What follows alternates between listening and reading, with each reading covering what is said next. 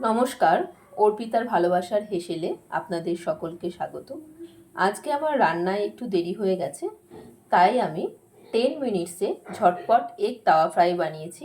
আপনাদেরও অফিস টাইমে এবং ঝটপট কোনো খাবার বানাতে হলে অবশ্যই কিন্তু বাড়িতে এটা ট্রাই করে দেখতে পারেন। এর জন্য পুরো রেসিপিটা প্লিজ দেখবেন এবং কমেন্ট করে জানাবেন আপনাদের কেমন লাগলো। তাওয়া এগ ফ্রাইটা বানানোর জন্য সেদ্ধ করা ডিমগুলোকে দুভাগে ভাগ করে নিতে হবে। তারপর তার ওপর থেকে কিছুটা নুন দিয়ে নিতে হবে, কিছুটা হলুদ গুঁড়ো দিয়ে নিতে হবে। একটা প্যানের মধ্যে বেশ কিছুটা সর্ষের তেল দিয়ে নিতে হবে। এরপর তাওয়াটা গরম হয়ে এলে ডিমগুলো হালকা করে ফ্রাই করে নিতে হবে। ডিমগুলো একদিক ভাজা হয়ে গেছে, এবার আস্তে করে উল্টে দেব অপর পাটটা ভাজার জন্য। দেখো কি সুন্দর কালার হয়েছে।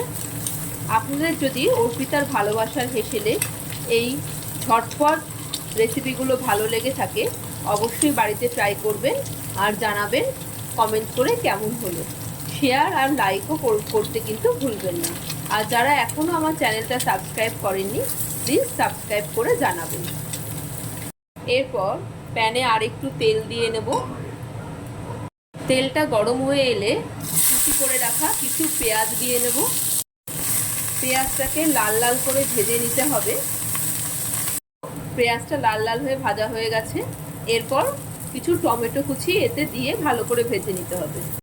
এতে স্বাদ মতো নুন দিয়ে দিতে হবে, একটু হলুদ গুঁড়ো দিতে হবে, একটু ধনে গুঁড়ো দিতে হবে, একটু জিরে গুঁড়ো দিতে হবে।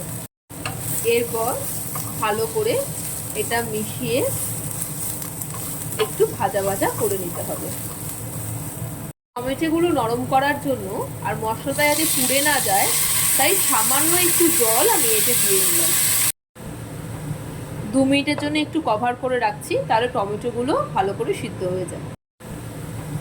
2 মিনিটের জন্য একটু কভার করে রাখছি, তাহলে tomato.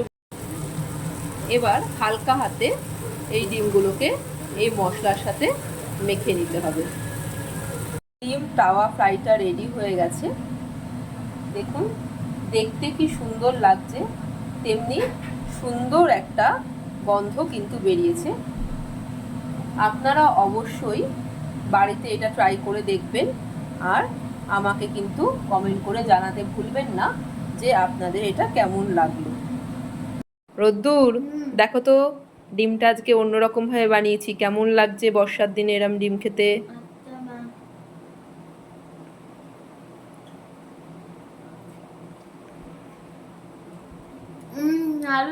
I love you, Ma.